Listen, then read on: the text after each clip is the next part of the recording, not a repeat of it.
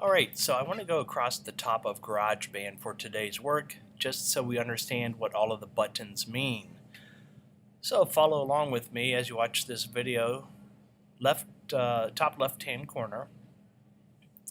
Kind of looks like a little filing cabinet. If you click on this, this is going to open up what are called patches, and we will cover this later, but this is just simply changing the sound of your instrument. So go ahead and close that. The next one over was the quick help, and if you click on that question mark, it'll show you, it'll help you bring up a little description of what everything is. So this could be very helpful here as you move this around. Next is a little dial.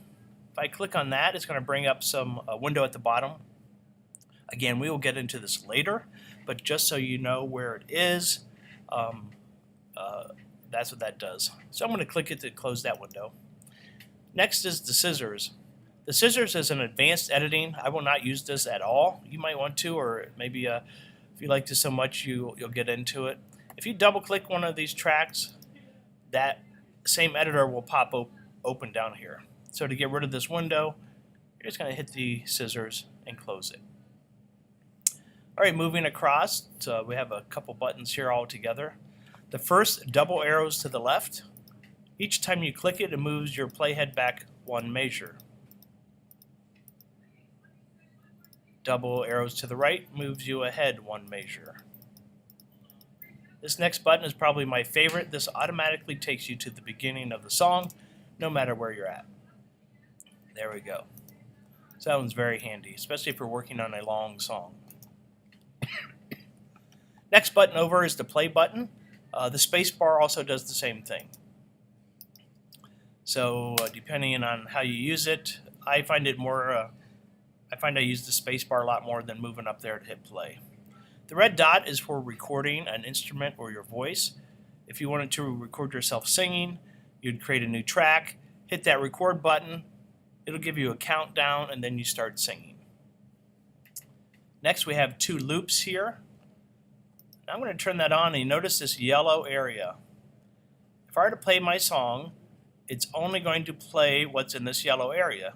When it gets to the end, it automatically goes to the back and keeps moving it. Now a couple things I can do, I can lengthen it, or I can even just click and drag this yellow area. So if you're working on a particular area in the song to see how this sounds, this might come in handy. I don't actually use it that often, but that's what it is there for. So I'm going to turn this off. In the middle here we have several things. It tells us what measure we are, or bar, what beat it is, tempo is fast or slow, what key it is. Here's what I want you to know. The tempo, if you click on that and change the number, the lower the number you put, the slower the song is. The higher number you put, the faster it will go.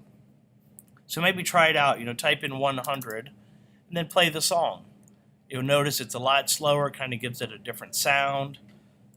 If you speed it back up to like 125 or maybe 150, it's going to sound a lot faster and a lot more energetic. Next over is the key signature. Again, unless you know what that is, just leave it be. And then finally, this little drop down is going to be very important.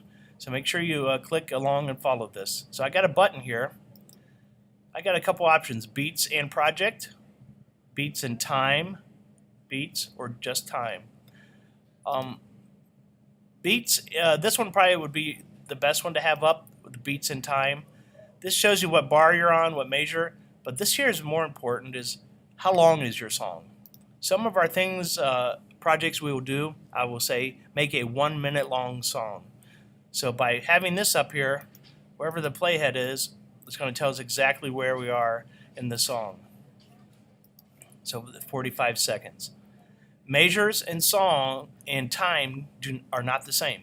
Notice we're on measure 24, but we're 45 seconds into the song. So I would keep that there. Next we have a tuner. We're not going to use this, but if you had a guitar, you could actually tune your guitar through the program. Here's the countdown if you're going to record yourself. And this little guy here is a metronome. I would suggest turning that off. It's just going to click and keep beat. You would use that if you're recording yourself and you wanted to stay with the beat. So that's what that does. Moving over here, we have this is the master volume. Do not touch this. Leave this right here, okay? This has nothing to do with your headphones or the volume of your computer. Just leave this set right here. Notice it is not all the way to the right. That is correct. Leave it right here. All right, over here to the right, last three. The first one, if you click it, it's just a place for notepad. Maybe you want to put down some lyrics or some directions to the song. You could type in there and it will save it. The next we've already used a lot is our instrument loop. A couple things to remember on here. When you select an instrument, it only shows you those instruments. You need to exit out here and reset it. We got a little place here that we can expand and minimize so you can make sure you see all of your drums. There's a lot of things in here to look at, violins, sound effects. This jingles here, you got to stay away from that one. That's pretty much songs that are completely done. So I want you to create your own stuff, so stay away from jingles and everything we do. And lastly, we have a media browser where we can bring in pictures, other music, and videos. We will be using this at a later time, so just so you know where it's at, right there. All right, that's all I wanted you to know. Make sure you know those, what all those buttons do. You will be quizzed on it, and plus they come in very handy for working in GarageBand. That's it. I will catch you on Wednesday.